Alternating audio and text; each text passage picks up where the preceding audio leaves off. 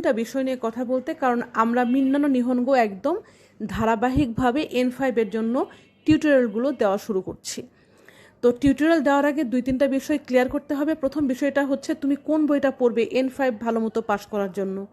দ্বিতীয় বিষয়টা হচ্ছে তুমি কি মিন্নানো নিহনগো বইটা বা যে কোনো বই বাংলা ভার্সনে পড়বে নাকি ইংলিশ এবং জাপানি সহকারে পড়বে। তৃতীয়ত হচ্ছে তোমরা কিভাবে অনলাইনে ক্লাসগুলো রিসিভ করবে, কত মিনিট করে কেমন করে, সেটার ডিটেলসটা আজকে দিয়ে দেওয়া হবে।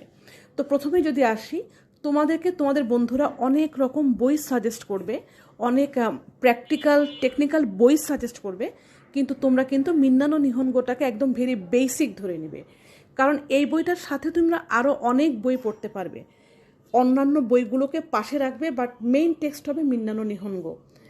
দ্বিতীয়ত হচ্ছে যেটা, সেটা হলো তোমরা যারা মিন্নানো নিহনগো অনেকেই মনে করছো বাংলায় পড়বে। বাংলায় পড়াটা হচ্ছে, আমি মনে করি এটা তোমার সুবিধার জন্য, but it's a wrong technique. এটা একটা ভুল টেকনিক হবে। তোমাদেরকে আগেই বলি, জাপানে যাওয়ার প্রথম যোগ্যতাই হচ্ছে তোমাকে হয় এসএসসি পাস হতে হবে, নয় এইচএসসি পাস হতে হবে। স্টুডেন্ট ভিসাতে মাস্ট এসএসসি এইচএসসি পাস হতে হবে, আর জব ভিসাতে এসএসসি। তো তোমরা, আমার বিশ্বাস, এই যারা এসএসসি এইচএসসি পাস করেছো তারা কিন্তু অনায়াসে পারবে ইংরেজিতে পড়তে। মূল বইটা কিন্তু দেখতে এরকম, ইংরেজি, কাঞ্জি এবং হিরাগানা, কাঞ্জি এবং ইংরেজি, এইটা সহকারে হচ্ছে মেন বই। আমি তোমাদেরকে সাজেস্ট করব এভাবে করে পড়তে। যখন অনলাইনে আমি পড়াবো তখন এভাবে স্ক্রিন রেকর্ডিং দিয়েই কিন্তু আমি পড়াবো, এবং সেই ক্ষেত্রে তোমরা কিন্তু পাশে পাশে বাংলা শুনতে পারবে এবং সেটা তোমাদেরকে তখন সাপোর্ট করবে। আমার এই সাজেশনটা যদি মাথায় রাখো, এটা আমাদের জাপান যাওয়ার অভিজ্ঞতা লব্ধ এটা। হ্যাঁ, এই জন্য বলা হলো যে ইংলিশ ভাষণটাই পড়বে, বিদেশে তোমাকে এটা নানাভাবে সাহায্য করবে।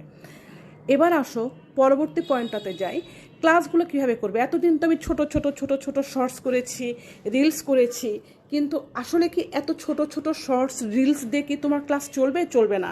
সো প্রত্যেকটা ক্লাসকে আমি 15 মিনিটে ভাগ করেছি। যেমন ধরো মিন্নানো নিহনগোর 1 থেকে 25 লেসন, এর মধ্যে ভোকাবুলারি আছে এবং গ্রামার আছে, প্র্যাকটিসও আছে। তো প্র্যাকটিস আমি কতটা করাতে পারবো জানি না। প্রত্যেক 15 মিনিটে আমি ভোকাবুলারি একটা লেসন শেষ করব, আর পরবর্তী 15-20 মিনিটে আমি গ্রামারটা তোমাদেরকে বুঝাবো। সো একটা লেসন 2 ভাগে ভাগ হবে, 2টা স্লটে, কাজে 25টা লেসন কিন্তু 50টা লেসনে ভাগ হবে।